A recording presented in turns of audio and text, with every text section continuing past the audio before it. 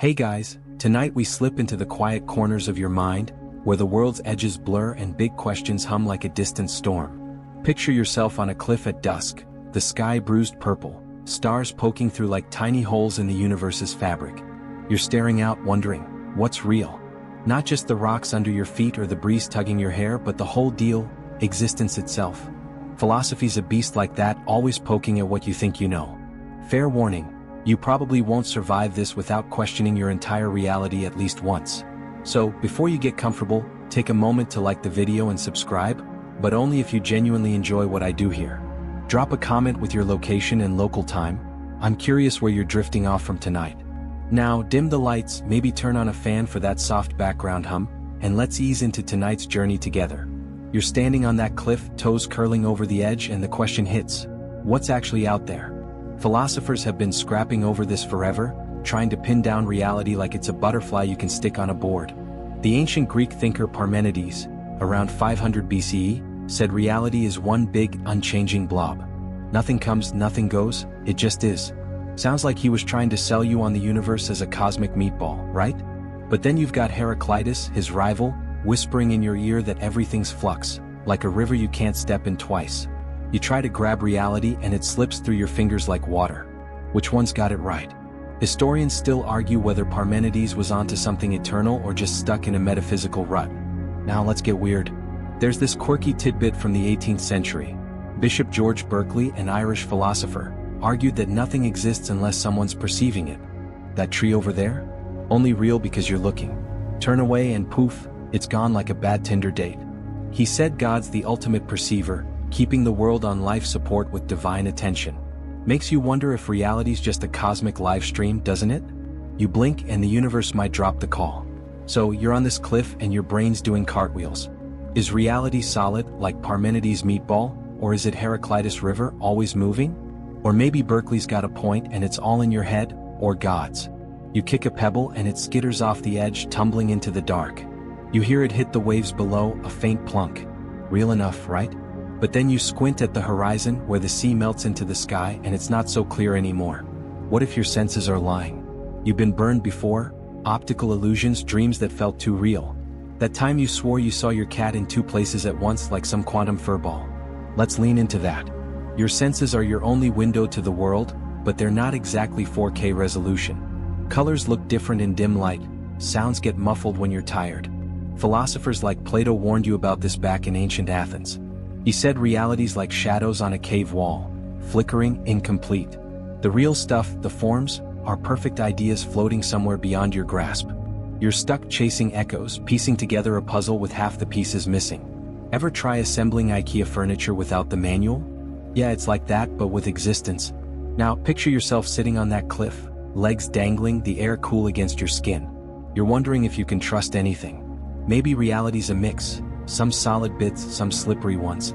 You think about Descartes, that 17th century brainiac who tried to strip it all down. He doubted everything, his eyes, his ears, even his own body, until he landed on one thing he couldn't shake. I think, therefore I am. You're thinking right now, so you've got that going for you. But what about the rest? The stars above, the waves below, are they as real as your thoughts or just props in some cosmic play? You laugh to yourself because this is getting heavy and you're supposed to be winding down. But that's philosophy for you. It sneaks in like a cat through a cracked window, curling up in your brain. You take a deep breath, the salt air sharp in your lungs, and decide reality's a question you'll keep chewing on. For now, the cliff feels solid enough, the stars bright enough. You lean back, letting the world hold you, even if you're not sure what world really means. You're still on that cliff from last time, the one where you questioned if the rocks beneath you were even real. The stars are brighter now, winking like they know something you don't. You shift your weight, feeling the rough stone against your palms, and your mind drifts inward. What's this thing called consciousness buzzing in your skull? It's like a radio that never turns off, picking up signals from where exactly? You're about to dive into the swamp of your own thoughts, trying to figure out what makes you you, a puzzle that's been tripping up philosophers for centuries. Back in the 4th century BCE, Aristotle, that Greek polymath with a beard like a wizard, had a crack at it. He said your soul, your consciousness, is the form of your body, the spark that makes you more than a lump of meat. Like, without it, you're just a really complicated mannequin. Fast forward to today and we're still scratching our heads, but now we've got brain scans and neurons to obsess over. You picture your brain as a squishy galaxy firing electric pulses, but does that explain why you feel joy when you smell rain or panic when you lose your keys? Here's where it gets quirky. In the 1970s, philosopher Thomas Nagel dropped a bombshell with his essay, "What is it like to be a bat?" He argued we'll never truly get consciousness because we can't experience another creature's mind. Imagine being a bat, sonar pinging through a cave. Sounds cool, but you're still stuck in your human head guessing. It's like trying to taste someone else's ice cream without licking it. You chuckle, imagining yourself flapping through the dark, totally lost. Consciousness is personal, locked behind your eyes, and that's the problem. Historians still argue whether consciousness is just brain wiring or something more, like a soul, a spirit, or some cosmic Wi-Fi signal. You lean back on the cliff, staring at the stars, and wonder if your thoughts are just chemical sparks or something grander. You remember that time you zoned out during a boring meeting, your mind wandering to a beach vacation you never took? Where did that come from?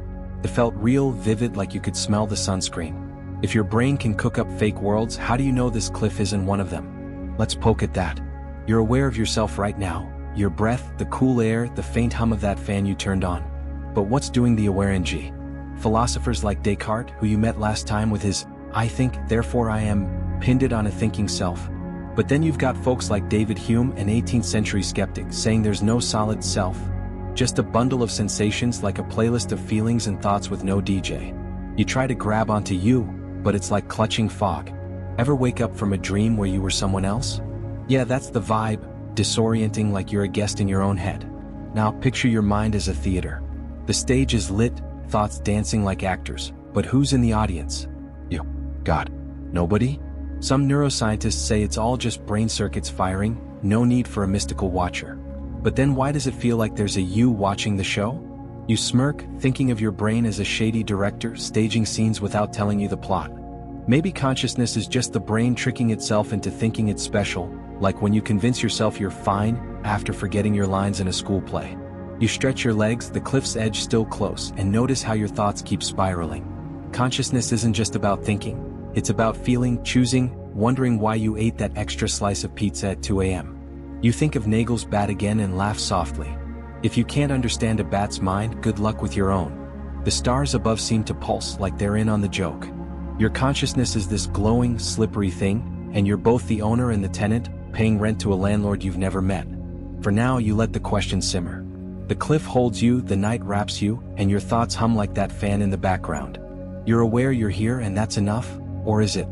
You close your eyes, letting the mystery of your own mind carry you deeper, the stars fading as your thoughts drift like waves. You're still perched on that cliff, the night air cool against your skin, stars flickering like they're trying to spill secrets. Your mind's been wandering through its own maze, questioning reality and consciousness, but now it snags on something sharper: truth. What is it? You lean forward, elbows on your knees, as if staring into the dark sea below might cough up an answer. Truth feels like it should be solid, like the rock you're sitting on, but the more you chase it, the more it slips away like sand through your fingers. Philosophers have been swinging at this piñata for ages, and you're about to join the party. Back in the 4th century BCE, Plato, yep, that cave shadow guy, had a go at it.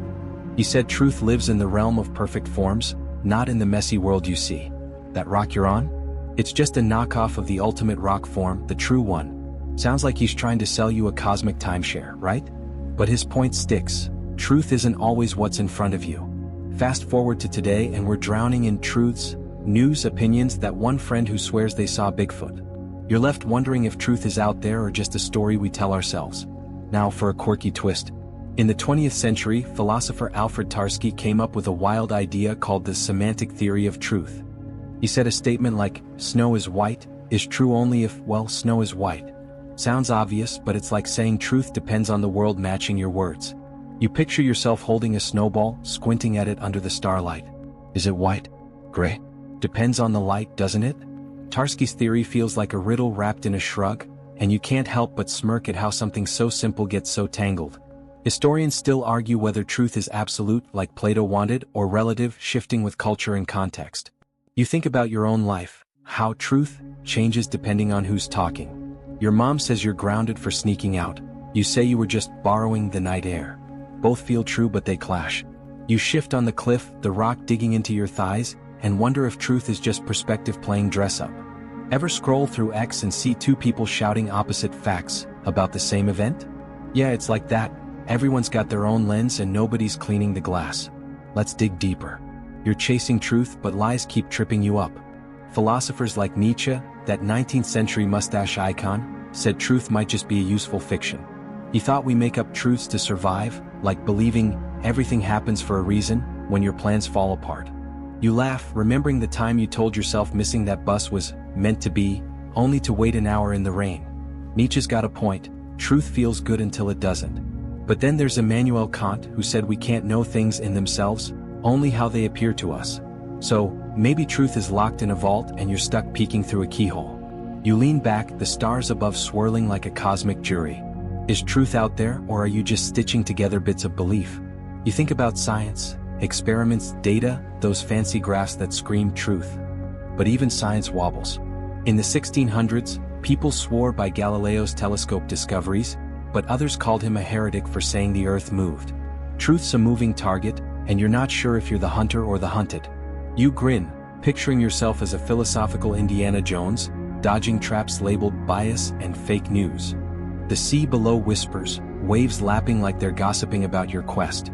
You wonder if truth is like those waves, constant but never the same. Your phone buzzes in your pocket, probably some notification claiming to set the record straight. You ignore it, letting the night hold you.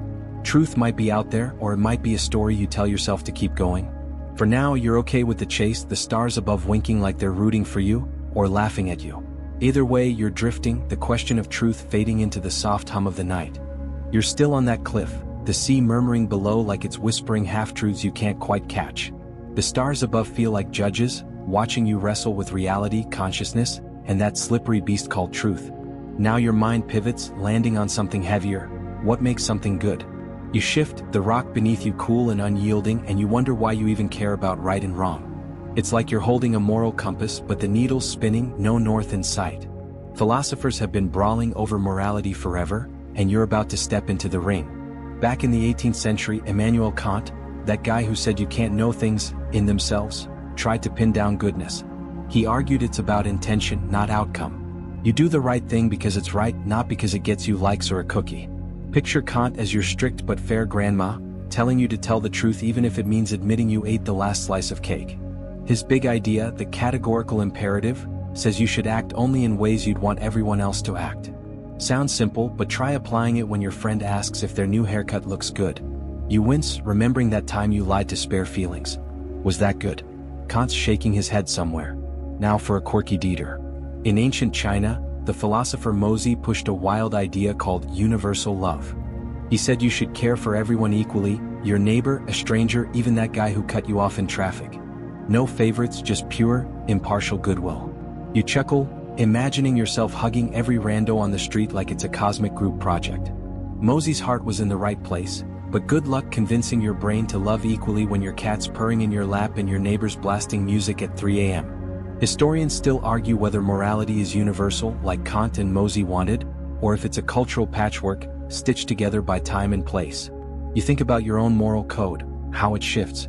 Stealing's wrong, but what about snagging a pen from work? Lying's bad, but you've told white lies to keep the peace. You lean forward, elbows on your knees, the sea's rhythm syncing with your thoughts. Morality feels like trying to walk a tightrope in a windstorm. One wrong step and you're justifying something shady. Let's poke at that. You're faced with a choice, tell a harsh truth or a kind lie. Your friend's haircut is a disaster, but saying so might crush them. Kant's whispering, truth always. But then there's utilitarianism, cooked up by Jeremy Bentham in the 1700s. He said goodness is about the greatest happiness for the most people. So maybe the lie's better if it keeps your friends smiling. You smirk, picturing Bentham tallying happiness points like a cosmic accountant. Ever make a choice that felt right but left you queasy? Like skipping a family dinner to help a friend in crisis? That's the tightrope, balancing your gut against the world's needs. Now picture yourself standing on the cliff, the wind tugging at your clothes. You wonder if goodness is a rule book or a feeling. Some say it's wired into you, evolutionary biology stuff. Helping others helped your ancestors survive, so now you feel warm fuzzies when you hold the door for someone. But then why do people do awful things? You think of trolley problems, those philosophy class traps where you choose who lives or dies. No right answer, just a headache. You laugh softly, imagining yourself frozen at a cosmic switch, overthinking while the trolley barrels on. The stars above glitter, indifferent to your moral wrestling. You recall a time you stood up for someone, felt that glow of doing good, only to realize later it caused drama. Was it worth it? Morality's messy, like spilling coffee on a white shirt. Good intentions don't always clean the stain. You lean back, the cliff solid beneath you, and let the question linger. Is goodness a universal law, a cultural script, or just your heart's best guess? The sea keeps whispering and you're drifting, the moral compass still spinning as the night pulls you deeper. You're still on that cliff, the sea's soft whispers blending with the hum of that fan you left on, stars above like tiny lighthouses in the void. You've been grappling with reality, consciousness, truth, and what makes something good, but now your mind snags on a heavier question. Are you free? You stretch your legs, the rock beneath you solid, and feel a twinge of irony. Free to move, sure, but what about your choices? Are you steering this ship, or is something else, fate, biology, the universe, holding the wheel? Philosophers have been duking it out over free will for centuries, and you're about to wade into the mess. Let's ground this with a historical anchor. In the 17th century, Baruch Spinoza, a Dutch philosopher with a knack for ruffling feathers, said freedom's an illusion. Everything, including you, is part of a giant cosmic machine, ticking along to nature's rules. Your choice to sit on this cliff? Just gears turning, neurons, instincts, maybe that late-night taco you ate. Spinoza's view is like finding out your life's a scripted show, and you're not even the writer. You smirk, picturing yourself as an actor botching lines you didn't choose. Now for a quirky twist. In the 20th century, existentialist Jean-Paul Sartre flipped the script. He said you're too free, condemned to freedom even.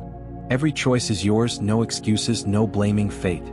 You decide to help a friend or ghost them, and that choice defines you. It's like being handed a blank canvas and told to paint your life, no instructions. You laugh, imagining Sartre staring at you with a cigarette saying, "You skipped that workout?" That's you choosing to be a couch potato. Freedom's heavy, like carrying a backpack full of bricks you picked yourself. Historians still argue whether free will exists or if we're just puppets with fancier strings. You lean forward, the cliff's edge sharp under your palms, and think about your own choices.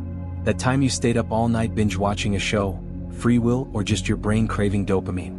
You feel free, but science whispers about neurons firing, genes nudging, society shaping you. It's like you're a chef cooking with ingredients you didn't pick.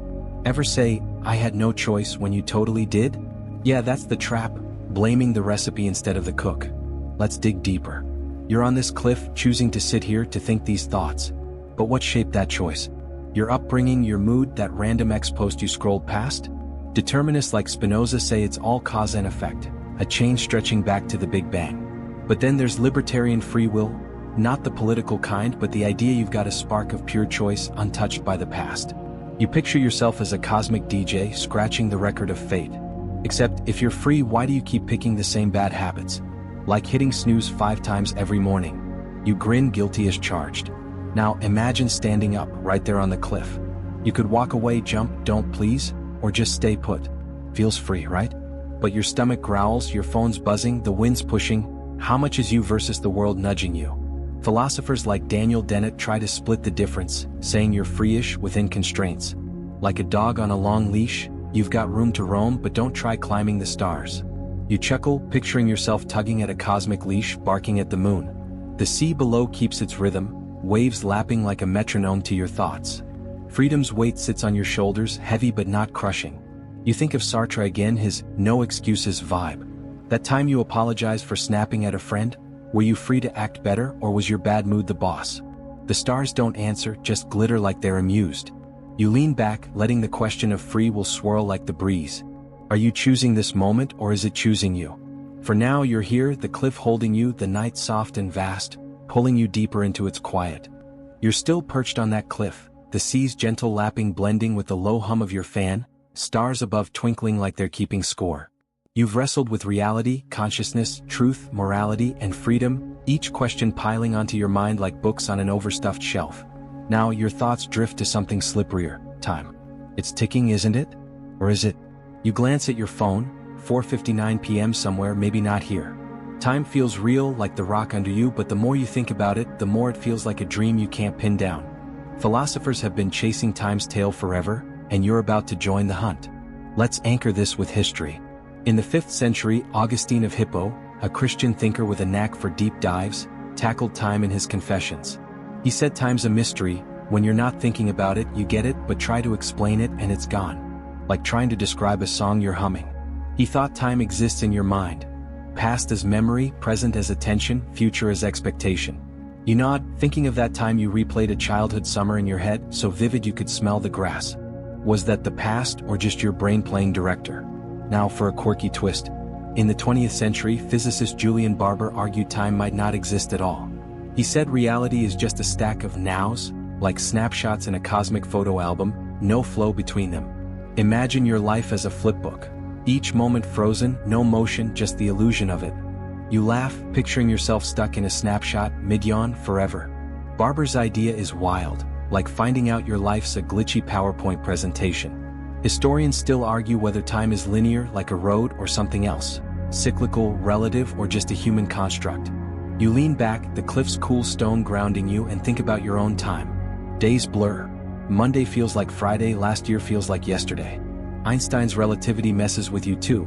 Time slows near a black hole, speeds up for someone zooming in a spaceship. You're no astronaut, but you felt time crawl during a boring lecture or race during a first date. Ever check your phone thinking an hour passed, only to see it's been 5 minutes? Yeah, time's a trickster. Let's poke at that. You're sitting here, the present moment sharp, the sea's salt in your nose, the stars' faint glow. But where's the past? That fight with your friend, that perfect sunset you saw, it's gone except in your head. And the future? You plan, you worry, but it's not here yet. Augustine's right, time's in your mind, but it's also out there, ticking in clocks, seasons, wrinkles on your face. You smirk, thinking of that time you tried to live in the moment, but got distracted by a notification. The present's a tightrope and you're wobbling. Now, picture time as a river, like Heraclitus' flux from way back when you questioned reality. You can't step in the same river twice, but you're in it, carried along. Or maybe Barber's got a point and it's not a river, just still frames, your life a slideshow. You think of movies, how 24 frames a second trick you into seeing motion. Is time like that, a cosmic film reel? You chuckle, imagining the universe as a bad indie flick, all jump cuts and no plot. Philosophers like Kant said time's just how your mind organizes chaos, like a mental filing cabinet. But then why does it feel so real, so relentless? The waves below keep their rhythm, like a heartbeat you can't stop. You wonder if time's a cage or a gift. You've lost hours scrolling X, gained moments in deep talks with friends. Time's slippery, but it's yours, for now. You lean forward, the cliff's edge close, and let the question swirl. Is time flowing, frozen, or just your mind's way of keeping score? The stars don't answer, just pulse like they're counting seconds. You're drifting, the night soft, time blurring as the sea's whispers pull you deeper. You're still on that cliff, the sea's whispers weaving into the hum of your fan, the stars above glinting like they're eavesdropping. You've been tumbling through questions: reality, consciousness, truth, morality, freedom, time, and each one's left your mind a little more tangled, like earbuds left in your pocket too long. Now your thoughts snag on something closer. You. Or you, anyway. Not just your name or your favorite coffee order, but the self staring out at the sea. You shift on the rock, its roughness biting into your palms, and wonder if there's a solid you at all. Philosophers have been picking at this knot forever, and you're about to tug at it. Let's ground this with a historical touch. In the 17th century, John Locke, an English thinker with a wig that screamed, "I mean business," said yourself is tied to memory. You're you because you remember being you, your first bike crash, that awkward middle school dance. Without those memories, you're a blank slate. It's like your life's a scrapbook, and the self is the glue holding the pages. You nod, thinking of that time you forgot where you parked your car and felt like a stranger in your own life for a split second. Now for a quirky twist. In the 20th century, philosopher Derek Parfit tossed out a wild idea. Maybe yourself isn't one thing but a chain of overlapping moments, like links in a rope.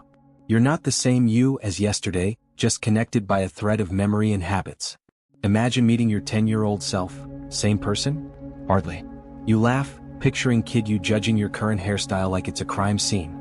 Parfit's idea makes you feel like a human remix, constantly updated but never quite the same. Historians still argue whether the self is a single, enduring thing or just a story you tell yourself. You lean forward, the cliff's edge sharp, and think about your own identity. You're a bundle of roles: friend, sibling, that person who always orders extra fries. But strip those away and what's left? You remember reinventing yourself after a breakup, swapping hoodies for button-ups, like changing costumes. Was that you finding yourself or just rewriting the script? Ever catch yourself acting one way with friends, another with family? It's like you're a chameleon, but who's the core lizard? Let's dig deeper. You're sitting here feeling like a singular you, but maybe Hume was onto something back in the 18th century, calling the self a bundle of perceptions. No fixed core, just thoughts, feelings, and sensations dancing together. You try to grab the real you, but it's like catching smoke. You think of social media, your ex profile, all curated vibes and witty quips. Is that you or just a highlight reel? You smirk, recalling that time you posted a deep quote but were really just eating cereal in sweatpants. The self feels like a performance, but who's the audience? Now picture yourself standing on the cliff, wind tugging your hair. You're a story, but who's the author? Some say it's your brain, wiring you to feel like a unified self to keep you sane. Others, like Eastern thinkers, say the self is an illusion. Drop it and you're free, like cutting a kite string. You imagine floating off, no you to anchor you, and it's both thrilling and terrifying. Like that time you lost yourself in a book or a song, and for a moment you weren't you, just part of something bigger. Scary but kind of nice, right? The sea below hums, waves rolling like they're carrying pieces of you away. You wonder if yourself is in your memories, your choices, or just this moment, right now, with the stars watching. Locke's scrapbook, Parfit's rope, Hume's bundle, they all fit, but none feel complete. You lean back, the cliff steady beneath you, and let the question simmer. Who are you? Maybe you're the one asking, and that's enough for now. The night wraps around you, soft and vast, pulling you deeper as the stars keep their quiet watch. You're still on that cliff, the sea's soft rhythm syncing with the hum of your fan, stars above glinting like they're taking notes on your existential spiral. You've wrestled with reality, consciousness, truth, morality, freedom, time, and the slippery question of who you are, like trying to catch a fish with your bare hands. Now your mind shifts to a quieter edge, knowledge. What do you really know? You lean forward, the rock's cool bite grounding you, but your thoughts feel like they're teetering on a ledge. Knowledge seems solid until you poke at it, and philosophers have been poking for centuries, leaving you to wonder if you're standing on a cliff of facts or just a pile of guesses. Let's anchor this with history. In the 4th century BCE, Plato, yep, the cave shadow guy again, said true knowledge is about grasping eternal forms, not just trusting your senses.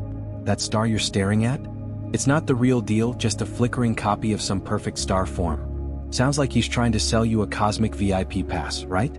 But his point hits. Your eyes and ears can lie, so knowledge needs a deeper root. You think of that time you swore you knew the answer on a test, only to bomb it. Plato's smirking somewhere. Now for a quirky twist. In the 1960s, philosopher Edmund Gettier threw a wrench into knowledge with his Gettier problems. He said you can have a true belief, backed by evidence, and still not know it if luck's involved. Picture this. You see a clock that says 5:01 p.m. and it's right, but the clock's been stopped for days. You know the time, but only by fluke. You chuckle, imagining yourself strutting around, confident in a broken clock's truth. Gettier's like that friend who points out your shirts on backward right before a photo. Historians still argue whether knowledge needs certainty or if it's okay to lean on shaky ground. You shift on the cliff, the sea's whispers tugging at your thoughts. You know stuff, your name, your address, that 2 + 2 is equal to 4. But then you remember times you were dead certain, only to be wrong. Like when you knew your keys were on the counter, but they were in your jacket. Knowledge feels like a house of cards, sturdy until a breeze hits. Ever scroll X and see someone swear they've cracked the code on something, only for the comments to tear it apart? Yeah, knowledge is a battlefield. Let's dig deeper.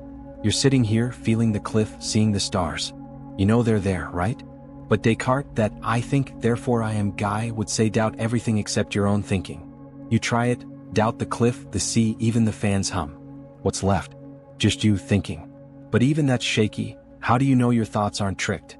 You smirk, picturing your brain as a sneaky magician pulling rabbits out of nowhere. Philosophers like David Hume said knowledge comes from experience, but experience can be a liar. Mirages, dreams, that time you thought you saw a ghost but it was just a coat rack. Now picture yourself standing on the cliff, wind brushing your face. You know the sea's below, but do you really? Science gives you facts. Waves are water molecules, stars are burning gas. But science shifts. People once knew the earth was flat. You think of skepticism, how it's like a mental firewall, keeping you safe but maybe too cautious. Ever meet someone who questions everything? It's exhausting, like arguing with a toddler who just says, why? Knowledge is a balance, trusting enough to live, doubting enough to stay sharp. The stars above pulse, like they're teasing you with answers you can't reach. You wonder if knowledge is just a best guess, a map that's never quite right but gets you close.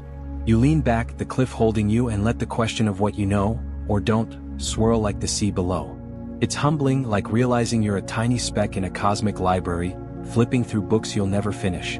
The night's soft embrace pulls you deeper, the stars watching as your thoughts drift toward the unknown. You're still perched on that cliff, the sea's gentle lapping weaving into the hum of your fan, stars above twinkling like they're winking at your endless questions. You've wrestled with reality, consciousness, truth, morality, freedom, time, self, and knowledge, each one leaving your mind a little more like a tangled ball of yarn. Now your thoughts drift to something softer, yet no less slippery: beauty. What makes something beautiful? You gaze at the horizon where the sea kisses the sky and feel a tug in your chest. Is beauty in the stars, the waves, or just in your head? Philosophers have been chasing this spark for ages, and you're about to dive into the glow. Let's ground this with history.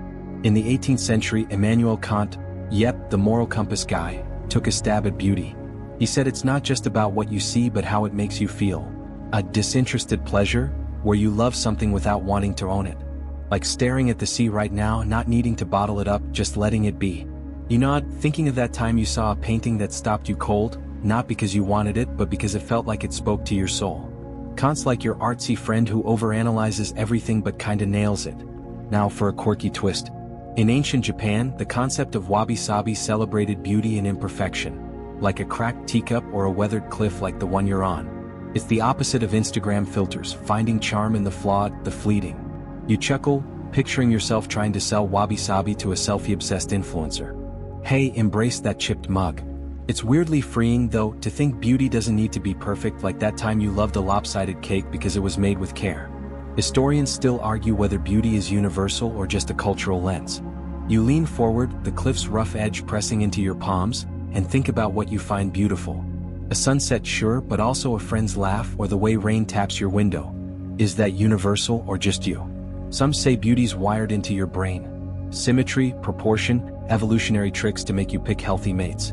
But then why do you love that glitchy lo-fi song or that abstract painting that looks like a toddler's tantrum? You smirk, remembering when you tried to explain your taste in music to someone who just didn't get it. Beauty's personal, but it's also a shared language, isn't it? Let's dig deeper. You're sitting here, the sea shimmering under starlight, and it's beautiful. But why? Is it the colors, the vastness, or the way it makes you feel small yet alive? Philosophers like Plato thought beauty was a glimpse of the divine, a shadow of perfect forms. You try to see it, those stars, as echoes of some cosmic ideal, but then you think of Hume, who said beauty's just what your mind makes of it. Like when you called a graffiti-covered wall art, but your friend called it vandalism. You laugh softly, picturing yourself debating beauty with a seagull perched nearby, squawking its own opinion. Now picture yourself standing on the cliff, the wind weaving through your hair. Beauty feels like a gift, but it's also a puzzle. Is it out there, in the world, or in your eyes? You think of social media, those endless X posts of perfect views, faces, lives. But then you remember wabi-sabi, the cracked teacup, and how your favorite hoodie, faded, frayed, feels beautiful because it's yours. Maybe beauty's not a thing but a moment, a fleeting spark when the world and your heart line up. Ever stare at something so long it stops being beautiful? Like overanalyzing a song until it's just noise. That's the trap. Beauty needs space to breathe. The sea below hums, waves catching starlight like scattered jewels. You wonder if beauty's a trick, a truth, or just a feeling you chase. Kant's pleasure, Plato's divine, wabi-sabi's imperfection. They all dance in your head. You lean back, the cliff steady, letting beauty's mystery wrap around you.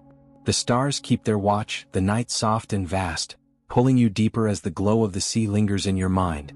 You're still on that cliff, the sea's whispers blending with the hum of your fan, the stars above flickering like they're keeping tabs on your wandering mind. You've wrestled with reality, consciousness, truth, morality, freedom, time, self, knowledge, and beauty, each question like a wave lapping at your thoughts, pulling you deeper. Now your mind shifts to something weightier: justice. You lean forward, the rock's rough edge biting into your palms, and stare into the dark sea. What's fair? Who decides? The world feels like a courtroom with no judge, and philosophers have been arguing the case for centuries. You're about to step into the dock. Let's anchor this with history. In the 5th century BCE, Socrates, that barefoot Athenian gadfly, pushed for justice as a virtue, a harmony in the soul and society. He said a just person aligns their desires, reason, and spirit like tuning a guitar to play sweet notes. A just society? Same deal. Everyone doing their part, no one stepping on toes. Sounds nice, but you smirk, thinking of that time you tried to be fair, splitting a pizza and ended up with the smallest slice. Socrates' harmony feels like a dream when everyone's grabbing for the last pepperoni. Now for a quirky twist. In the 13th century, medieval thinker Thomas Aquinas tied justice to divine law, saying it's about giving everyone their due, what they deserve by God's design. But he also said animals don't get justice, so it's fine to eat that cow, just don't steal it first. You chuckle, picturing Aquinas at a barbecue, solemnly blessing the burgers while explaining why the cow had it coming. It's a weird line to draw, but it makes you wonder, who decides what anyone's due is? Your boss? The law? Twitter? Historians still argue whether justice is universal or just a human construct shaped by culture and power. You shift on the cliff, the sea's rhythm steady, and think about your own run-ins with fairness. That time you got blamed for something you didn't do, unjust, right? But then you've cut corners, maybe fudged a deadline and called it, no big deal. Justice feels like a scale, but the weights keep shifting. Ever see an X thread blow up over a celebrity scandal? Everyone screaming for justice without agreeing what it means? Yeah, it's a mess, like trying to referee a game with no rules. Let's dig deeper. You're here, the stars above like a jury, and you wonder, is justice about balance or revenge? John Rawls, a 20th century philosopher, said a just society works if everyone agrees to rules behind a veil of ignorance, not knowing their own place in the world. Imagine designing a world without knowing if you'll be rich, poor, strong, or weak. Fair, right? But then you think of real life. Laws, prisons, that coworker who got promoted over you despite slacking. Justice sounds nice on paper, but it's like assembling IKEA furniture with missing screws. You laugh, picturing yourself shaking a fist at the sky, demanding a refund for a broken system. Now picture standing on the cliff, the wind sharp against your face. You think of justice in small moments, helping a friend, calling out a wrong. But what about bigger scales? Wars, inequalities, systems that grind people down. Is justice fixing what's broken or punishing the breakers? You recall a time you stood up for someone, felt that rush of rightness, only to see it backfire. Justice is slippery like the sea below, always moving, never quite in your grasp. Philosophers like Aristotle said it's about proportion, giving more to those who deserve it. But who decides deserve? You grin, imagining a cosmic PowerPoint where everyone argues their case. The waves keep rolling, catching starlight like scattered coins. Justice feels like a promise the world can't always keep.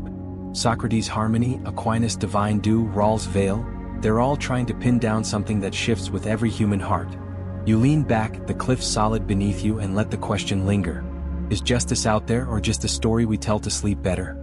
The night wraps you, soft and vast, pulling you deeper as the sea's whispers carry the weight of fairness away.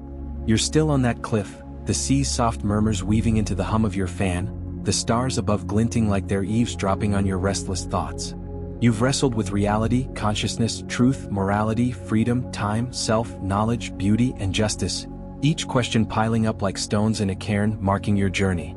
Now your mind turns to something vast and quiet. God. Or gods. Or the absence of either. You lean forward, the rock's cool edge pressing into your palms, and stare into the dark sea. Is there something out there, beyond the stars, or is it just you and the void?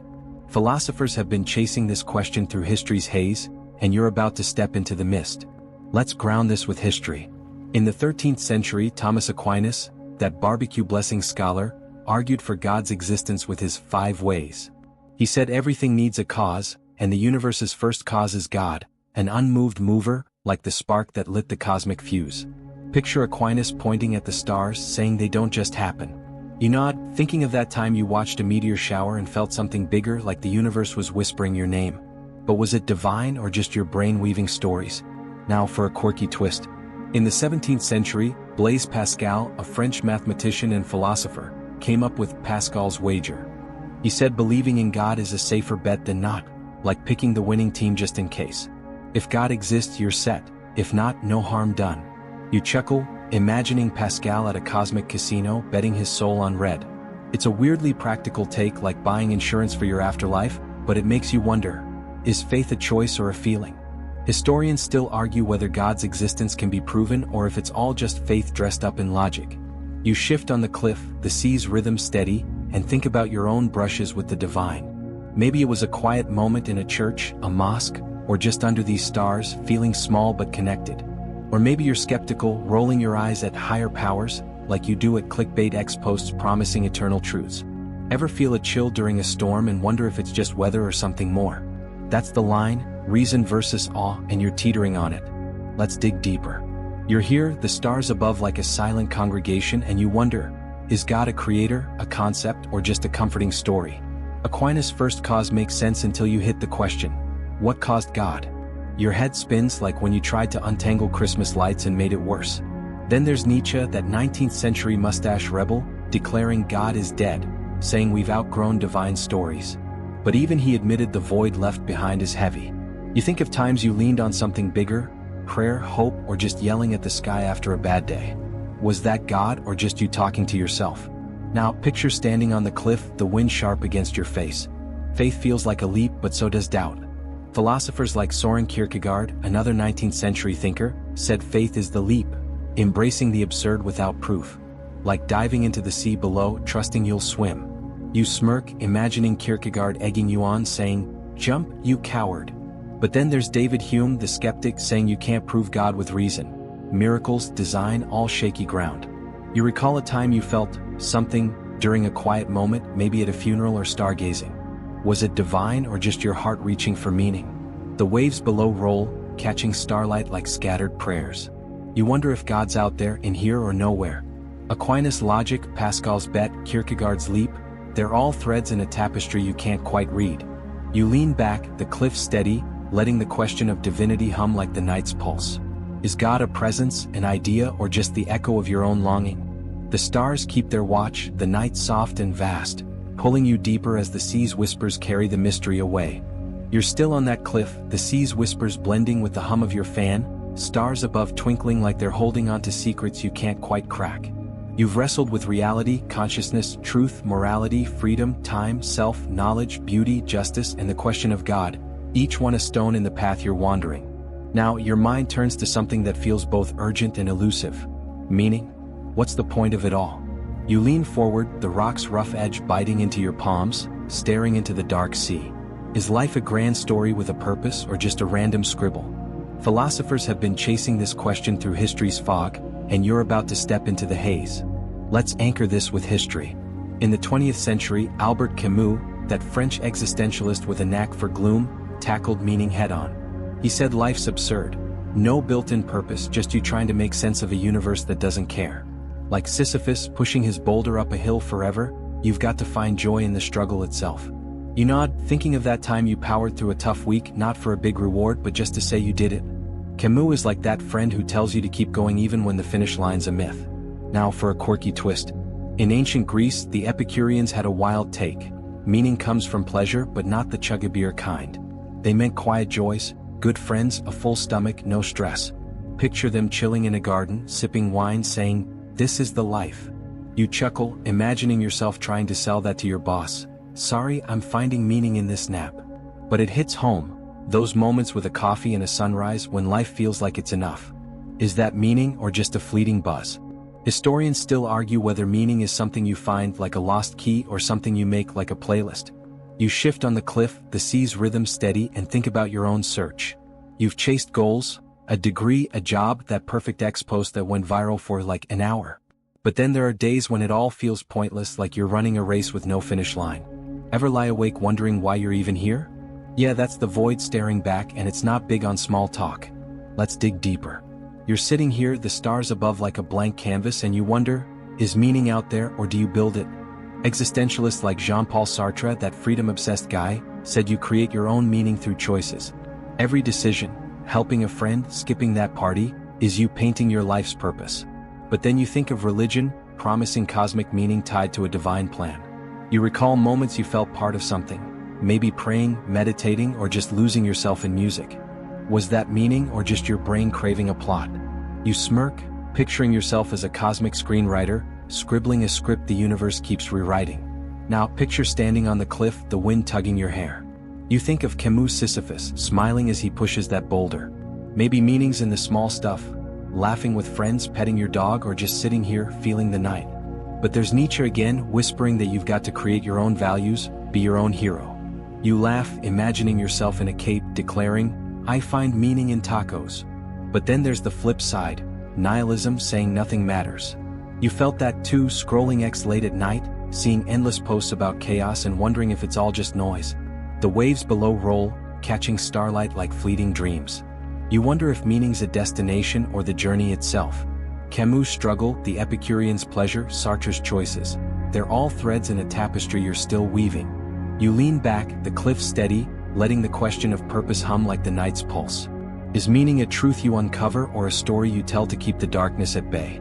The stars keep their watch, the night soft and vast, pulling you deeper as the sea's whispers carry the search away. You're still on that cliff, the sea's gentle lapping weaving into the hum of your fan, the stars above flickering like they're keeping a quiet vigil over your spiraling thoughts. You've wrestled with reality, consciousness, truth, morality, freedom, time, self, knowledge, beauty, justice, God, and meaning, each question a wave carving deeper into your mind. Now your thoughts turn darker to a shadow that's hard to face, evil. Why does it exist? You lean forward, the rock's rough edge pressing into your palms, staring into the sea's inky depths. Is evil a force, a choice, or just a human label for the world's sharp edges? Philosophers have been probing this wound for centuries, and you're about to step into the darkness. Let's anchor this with history. In the 4th century, Augustine of Hippo, that time-obsessed saint, had a take on evil. He said it's not a thing but a lack, like darkness is just the absence of light. Evil happens when good is missing, when people turn away from what's right. Picture Augustine pointing at a broken world, saying it's like a cracked mirror, still a mirror, just not reflecting right. You nod, thinking of that time you lashed out in anger, not because you're evil, but because you were missing patience or sleep or maybe just a snack. Now for a quirky twist. In the 20th century, philosopher Hannah Arendt coined the phrase, the banality of evil, while watching the trial of a Nazi official. She said evil isn't always a cackling villain, it can be ordinary people just following orders, not thinking. You chuckle, imagining a cartoon devil in a cubicle, stamping forms instead of wielding a pitchfork. It's chilling though because you've seen it, people cutting corners, hurting others, not out of malice but because they didn't stop to care. Like that time you ignored a friend's call because you were busy, only to realize later they needed you. Historians still argue whether evil is a cosmic force or just human failure writ large. You shift on the cliff, the sea's rhythm steady, and think about your own brushes with wrong. You've seen cruelty, maybe online, in snarky X comments tearing someone down, or in real life like that coworker who spread gossip just to feel big. But what about you? Ever do something you knew was wrong, like keeping the extra change a cashier gave you? It's small but it stings like a pebble in your shoe. Evil feels like a spectrum and you're not sure where you stand on it. Let's dig deeper. You're sitting here, the stars above like silent witnesses, and you wonder, is evil out there or in us? Augustine's lack of good makes sense until you see real harm, wars, betrayal, that gut punch of injustice. Then there's the problem of natural evil, earthquakes, disease. Is that a lack, or just the universe being indifferent? You think of Leibniz, an 18th century optimist who said this is the best of all possible worlds, and evil's just part of the plan. You smirk, picturing Leibniz shrugging at a tsunami like it's a plot twist. Ever try to justify a bad day by saying, it could be worse? Yeah, that's the vibe, and it doesn't always land. Now picture standing on the cliff, the wind sharp against your skin. You think of Arendt again, ordinary people doing awful things because they didn't question. You've been there, going along with a group, not speaking up when you should have. Evil's not always a monster. Sometimes it's silence, apathy, or just hitting snooze on your conscience. You recall a time you saw someone treated unfairly and stayed quiet, telling yourself it wasn't your fight. Was that evil or just human? Philosophers like Kant would say it's your duty to act, but the cliff feels safer than the battleground. The waves below roll, catching starlight like scattered tears. You wonder if evil's a riddle with no answer, a shadow cast by human hearts. Augustine's absence, Arendt's banality, Leibniz's optimism, they're all lenses but none quite focus the picture. You lean back, the cliff steady, letting the question of evil hum like the night's pulse. Is it a force, a choice, or just the world's rough edges cutting deep? The stars keep their watch, the night soft and vast, pulling you deeper as the sea's whispers carry the darkness away. You're still on that cliff, the sea's whispers mingling with the hum of your fan, the stars above glinting like they're holding their breath for your next question. You've wrestled with reality, consciousness, truth, morality, freedom, time, self, knowledge, beauty, justice, God, meaning, and evil, each one a wave carving deeper into your thoughts, leaving you dizzy. Now your mind spins towards something vast and vertiginous. Infinity. You lean forward, the rock's rough edge biting into your palms, staring into the sea's endless dark. What does forever mean? Is it real or just a concept that makes your brain wobble like a bad carnival ride? Philosophers have been grappling with this for ages, and you're about to step into the abyss. Let's anchor this with history. In the 17th century, Baruch Spinoza, that cosmic machine guy, tied infinity to God, saying the universe is an infinite expression of a single substance. Everything from the stars above to the rock you're on is part of one boundless whole. It's like saying you're a drop in an infinite ocean, connected to it all. You nod, thinking of that time you stared at the night sky and felt like you could fall into it, part of something too big to grasp. Spinoza's view is heady, like drinking a galaxy in one gulp. Now for a quirky twist.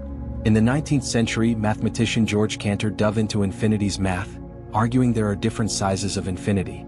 Some infinities are bigger than others, like how the set of all numbers is smaller than the set of all possible decimals. You chuckle, picturing Cantor at a cosmic buffet, piling on infinite plates and arguing some are heavier. It's wild to think infinity isn't just one big forever, but a whole family of forevers, each flexing its own size. Ever try counting stars and give up? Yeah, Cantor's laughing at you. Historians still argue whether infinity is a real thing or just a mental construct, like a map for a place you'll never visit. You shift on the cliff, the sea's rhythm steady, and think about your own brushes with the infinite. You felt it, maybe staring at the horizon where the sea seems to stretch forever, or when you tried to imagine the universe's edge and got a headache. Ever scroll X endlessly, chasing one more post, feeling like time could swallow you whole? That's infinity's pull, teasing you with boundlessness while you're stuck in a finite body. Let's dig deeper. You're sitting here, the stars above like an infinite canvas, and you wonder, is infinity out there or just in your head? Philosophers like Immanuel Kant said it's a concept your mind uses to organize reality, not something you can touch. But then you think of black holes, where space and time stretch toward the infinite, or the universe itself, maybe expanding forever. Your brain wobbles like when you tried to picture forever as a kid and ended up dizzy. You smirk, imagining yourself yelling at the stars, "Cut it out, you're too big." But they just twinkle, unbothered. Now picture standing on the cliff, the wind sharp against your face. Infinity feels like a challenge. Can you even think it without losing your grip? You recall Zeno's paradoxes, those ancient Greek brain teasers saying you can't cross a room because you'd need to cross infinite halves first. It's like life. Every step feels finite, but the journey seems endless. You laugh, thinking of that time you planned to finish a project but kept splitting it into smaller tasks, never done. Infinity's a trickster, making you feel both small and part of something vast. The waves below roll, catching starlight like endless possibilities. You wonder if infinity's a truth, a tool, or just a dizzying idea your mind can't hold. Spinoza's cosmic whole, Cantor's layered infinities, Zeno's paradoxes. They're all threads in a tapestry too big for your hands. You lean back, the cliff steady, letting the question of forever hum like the night's pulse. Is infinity a place, a number, or just the vertigo of wondering? The stars keep their watch, the night soft and vast, pulling you deeper as the sea's whispers carry the boundless away. You're still on that cliff, the sea's gentle whispers weaving into the hum of your fan, the stars above twinkling like they've followed your journey through reality, consciousness, truth, morality, freedom, time, self, knowledge, beauty, justice, God, meaning, evil, and infinity. Each question has been a wave, lapping at your thoughts, pulling you deeper into the night's quiet. Now your mind softens, turning toward rest, toward sleep. You lean back, the rock's cool edge cradling you, and wonder, what's it all for? Can philosophy, with all its tangles, guide you to peace? You're about to let go, letting the questions drift like the sea below, as sleep's embrace calls you home. Let's anchor this with history. In the 4th century BCE, Epicurus, that pleasure-seeking Greek, said the ultimate goal is ataraxia, a tranquil state free from fear and pain. Not a wild party, but a calm mind, like sinking into a warm bath after a long day. You nod, thinking of that time you sat by a window, rain tapping, and felt the world hush. Epicurus would approve, saying rest is where you find the good life, where questions don't bite. You're ready to let the cliff, the sea, the stars carry you there. Now for a quirky twist. In ancient India, some Buddhist texts described sleep as a little nirvana, a taste of freedom from the self's chatter. No striving, no wrestling with infinity, just you dissolving into the quiet. You chuckle, picturing yourself as a monk, snoring your way to enlightenment. It's odd but comforting, like that time you fell asleep on a long drive, the world blurring into a soft hum. Sleep's not just a break, it's a tiny rebellion against life's big questions. Historians still argue whether rest is just biology or a deeper state, a glimpse of something beyond. You shift on the cliff, the sea's rhythm slowing your breath, and think about your own dance with sleep. Those nights when you crashed after a long day, dreams weaving stories you barely remember. Or the times you fought sleep, chasing one more X-post, only to wake up groggy, like you'd betrayed your own body. Ever notice how sleep feels like a gift when it comes, like the universe tucking you in? That's the pull, the promise of letting go. Let's ease into it. You're here, the stars above like a gentle lullaby, the sea below rocking you softly. Philosophy's been a wild ride, reality slipping, consciousness flickering, meaning teasing. But now you don't need answers. You think of Epicurus again, his ataraxia, and how sleep might be the closest you get.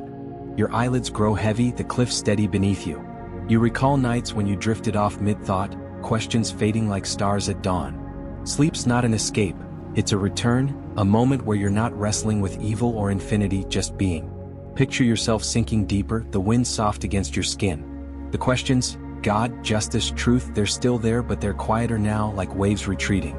You think of that Buddhist little nirvana, how sleep erases the self for a while. You laugh softly, imagining your brain clocking out saying, "See you tomorrow, pal." Philosophers like Plato wanted eternal truths, but maybe truth is this moment, this surrender. You feel the night wrap around you, the fans hum a steady pulse, the seas whispers a final lullaby. Wind down. Now let the cliff fade, the sea's rhythm slowing to a whisper. Your breath deepens, matching the gentle rise and fall of the waves, each one carrying away a question, a worry. The stars soften, their light a blanket, tucking you into the night's embrace. You don't need to solve the universe tonight. No need to chase meaning or unravel infinity.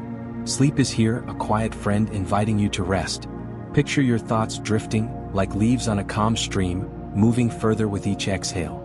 The world is vast, but this moment is simple. You, the dark, the hum of the fan. Let your body sink, heavy and warm, into the rock, into the night, into peace. Each breath pulls you deeper, the questions blurring, the sea's song fading. You're safe, you're enough, and sleep is waiting, a gentle tide to carry you home. Good night.